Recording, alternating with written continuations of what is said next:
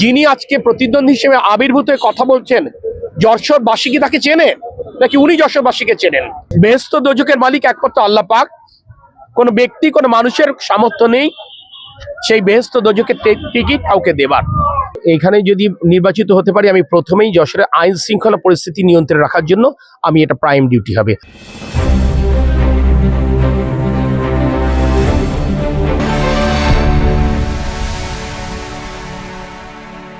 দর্শক, ভোটের মাঠে সাক্ষাৎকারে আজ আমরা আছি যশোর ৩ সদর আসনের বিএনপির প্রার্থী অনিন্দ ইসলাম অমিতের সঙ্গে। আপনারা জানেন যে শেষ মুহূর্তে প্রচারণার অংশ হিসেবে তারা ব্যস্ত সময় পার করছেন। এই ব্যস্ত সময়ের মাঝেই তার প্রচারণার ভেতরে আমরা তাকে প্রশ্ন করব এবং যে প্রশ্নগুলো উঠে এসেছে আপনাদের কাছ থেকেই।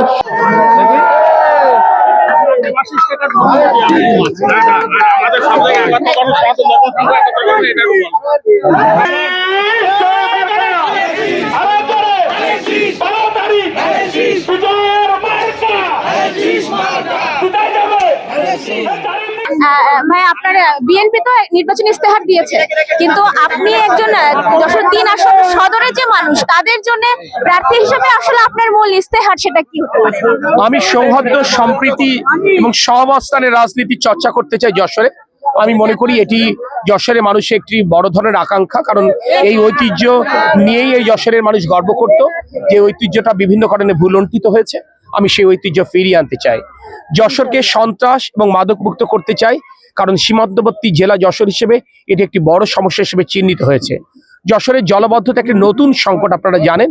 এটা শুধু পৌর এলাকা নয়, এমনকি গ্রামাঞ্চলে একটা জলাবদ্ধতা একটা বড় সমস্যা। সে কারণে আমি পৌর এলাকার আধুনিক ড্রেনেজ ব্যবস্থা চালু করতে চাই।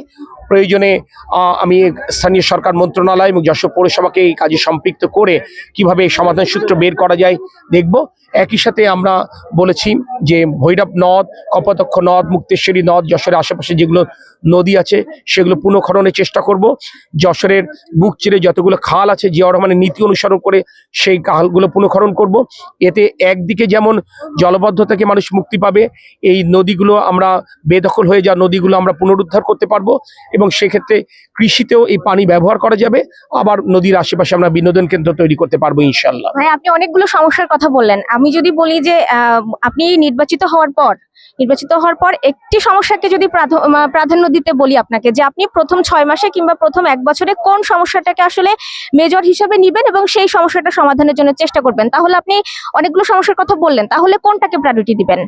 আমি এখানে যদি নির্বাচিত হতে পারি, আমি প্রথমেই যশোরের আইন শৃঙ্খলা পরিস্থিতি নিয়ন্ত্রণে রাখার জন্য আমি এটা প্রাইম ডিউটি হবে। আগে আইন শৃঙ্খলা পরিস্থিতি নিয়ন্ত্রণে রাখবার চেষ্টা করব, উদ্যোগ নেব এবং এর সাথে অবশ্যই আপনি নিজে জানেন মাদক এবং সন্ত্রাস নির্মূল তার সাথে সম্পৃক্ত। সত্যি এই কাজটি আমার প্রধান লক্ষ্য।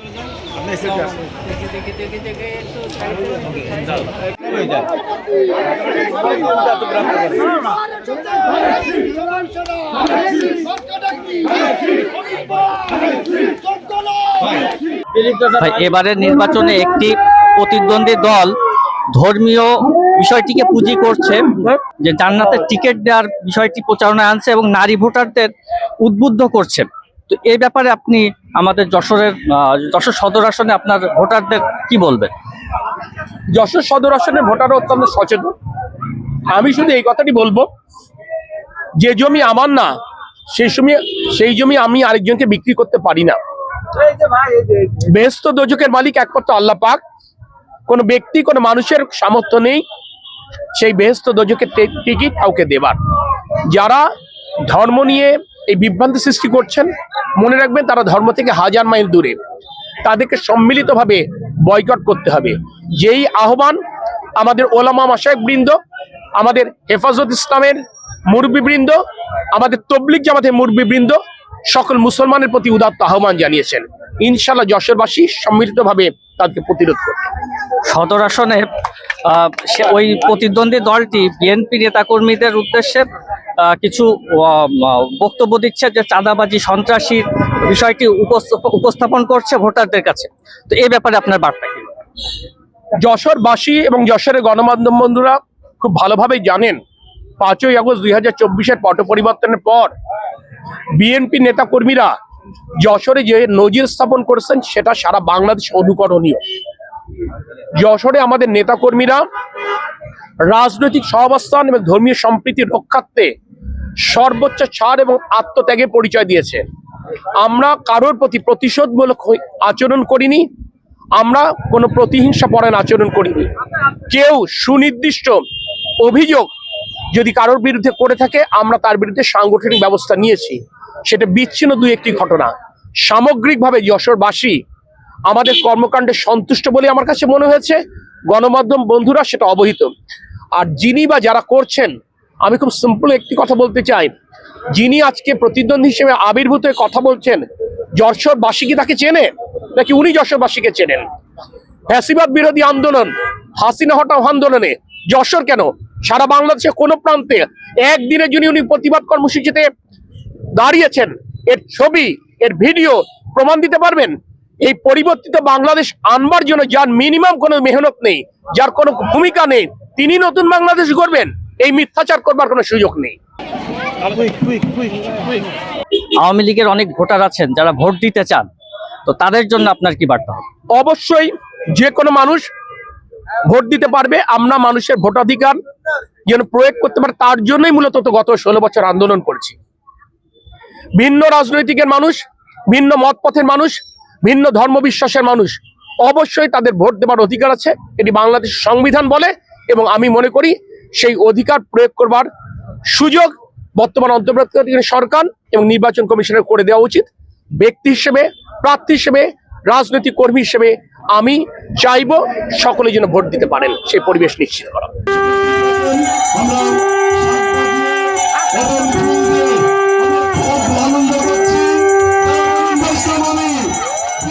একেবারেই তো নির্বাচনী প্রচারণার শেষ পর্যায়ে আমরা বলা চলে, তো সে জায়গায় হচ্ছে এই পর্যন্ত এসে প্রচারণায় সরাসরি প্রত্যক্ষ বা পরোক্ষভাবে আপনাকে কোনো ধরনের কোনো বাধা কিংবা কোনো কিছু হয়েছে কিনা সেটা?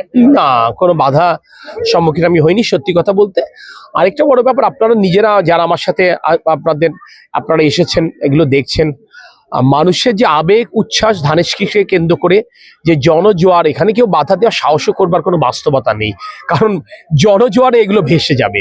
সো বাধা দেওয়ার কোনো সুযোগও নেই, আর বাধা এখনো পর্যন্ত প্রাপ্ত হয়নি। ভাই, কিন্তু নির্বাচনী যে আচরণবিধির যে ব্যাপারটা সেটা আমরা দেখেছি যে রঙিন পোস্টার হয়েছে এবং আপনি সেটা ক্লিয়ারও করেছেন, এই বিষয়ে কিছু বলবেন কিনা? নির্বাচন আচরণবিধি তো প্রতিনিয়ত প্রতিপক্ষ প্রার্থীর দ্বারা লঙ্ঘিত হচ্ছে। আমরা রিটার্নিং কর্মকর্তাকে মৌখিকভাবে অনেকবার বলেছি, ইভেন লিখিতভাবে বলেছি। যে কোনো কারণ হোক আমরা খুব একটা প্রতিকার পাইনি, এটা নিয়ে আমাদের একটু মনোকষ্ট রয়েছে। রিটার্নিং কর্মকর্তা আন্তরিক আমার কাছে মনে হয়েছে, আমি জানি না সমস্যাটা কি তার সক্ষমতায় কিনা। আমি ওনাকে বলেছি, দেখেন এই বিষয়গুলো আপনাকে সুনিশ্চিত করতে হবে, দীর্ঘ অপেক্ষার এই ভোট, এগুলো সুনিশ্চিত না করলে ভোটের পরিবেশটা তো নষ্ট হবে। ভোটের পরিবেশ নষ্ট হলে তো দিন শেষে জনগণ আশাহত হবে। তো আমি এখনো আশাবাদী, আমি বিশ্বাস করতে চাই, আমি আস্থা রাখতে চাই রিটার্নিং কর্মকর্তা তথা জেলা প্রশাসন, পুলিশ প্রশাসন কিংবা আইন শৃঙ্খলা বাহিনীর সদস্যদের প্রতি। তারা জনগণের এই আকাঙ্ক্ষা উপলব্ধি করেই তারা একটি সুষ্ঠু ভোট নিশ্চিত করবেন ইনশাআল্লাহ। ভাই, আপনি বললেন যে আপনি আশাবাদী, তারপরেও যদি মানে এখনো পর্যন্ত অনেকেই অনেক ধরনের যারা একেবারে সাধারণ ভোটার আছে তারা অনেক ধরনের কথা বলছে বা আশঙ্কার জায়গা করছে যে ইলেকশন ইঞ্জিনিয়ারিং বা মেকানিজমের যে ব্যাপারটা, আপনার এই বিষয়ে কোনো আশঙ্কা আছে?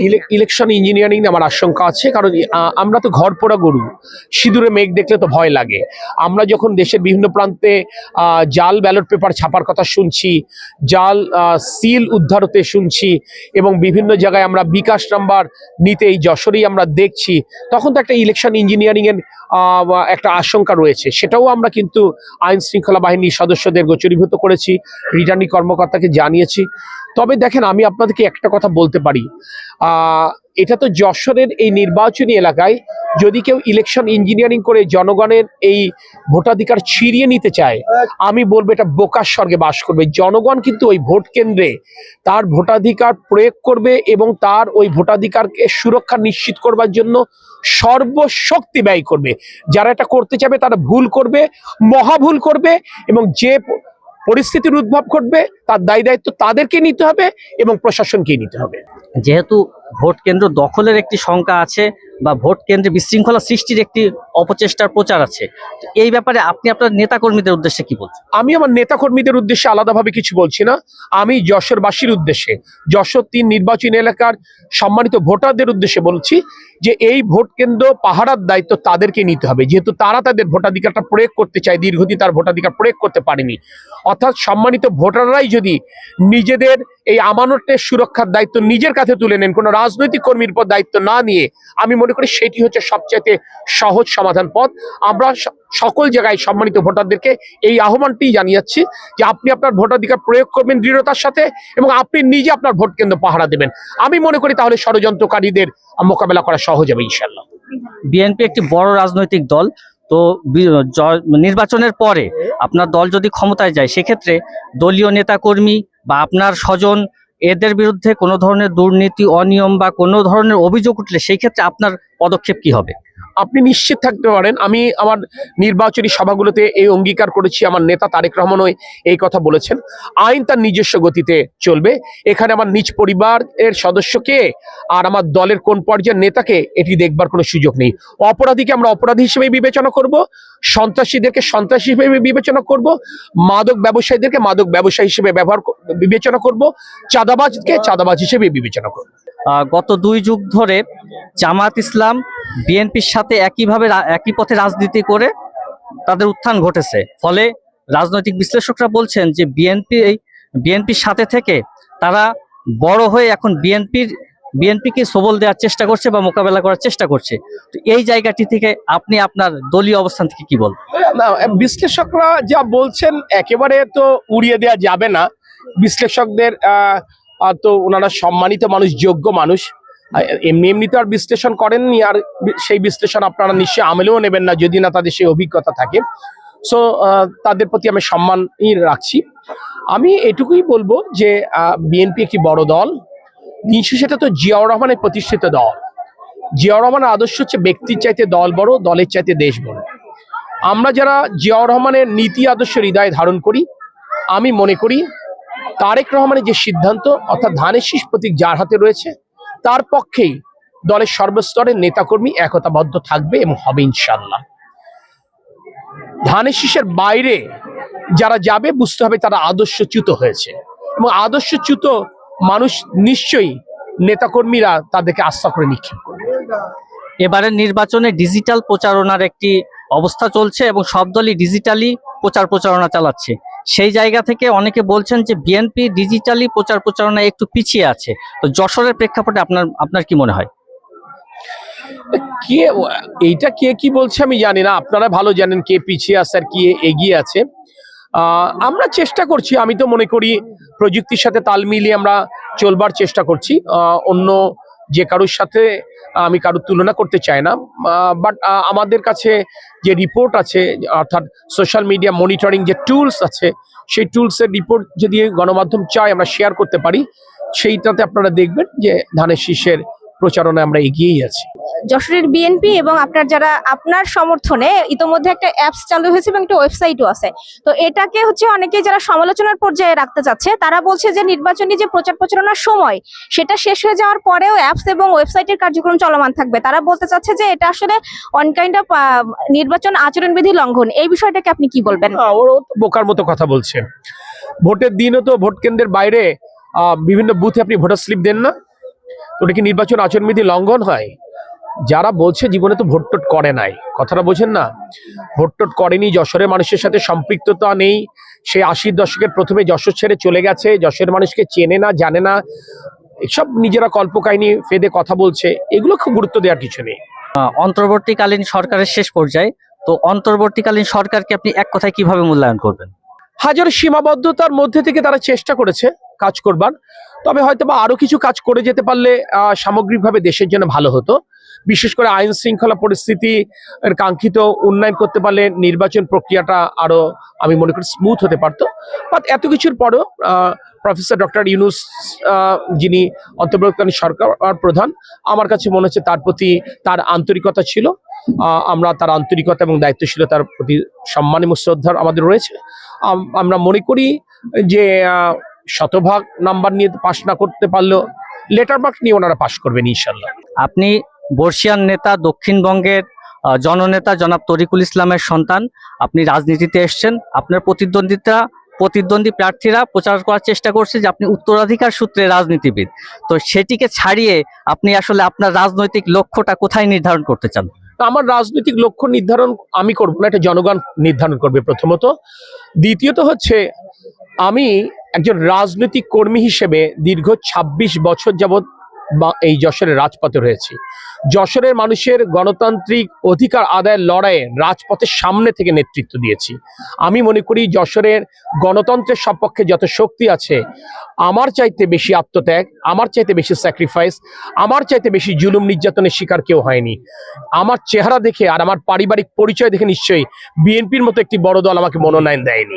আপনাকে যদি আমি এক কথায় প্রশ্ন করি যে ভাই, আপনি কি আপনার বাবাকে ছাড়িয়ে যেতে চান, নাকি বাবার আদর্শ এবং বাবার মতন রাজনীতিবিদকে অনুসরণ করে তার মতন পথ চলতে চান? মানে রাজনৈতিক জায়গায় আপনার লক্ষ্যমাত্রা কি বাবাকে ছাড়িয়ে যাওয়া, নাকি তার সহাবস্থানে থাকা?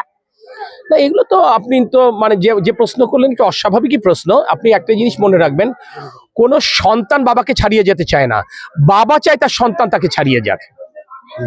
সেক্ষেত্রে কি প্রয়াত তরিকুল ইসলামের আপনার কাছে পার্সোনালি একজন রাজনীতিবিদ হিসেবে কোনো চাওয়া ছিল কিনা?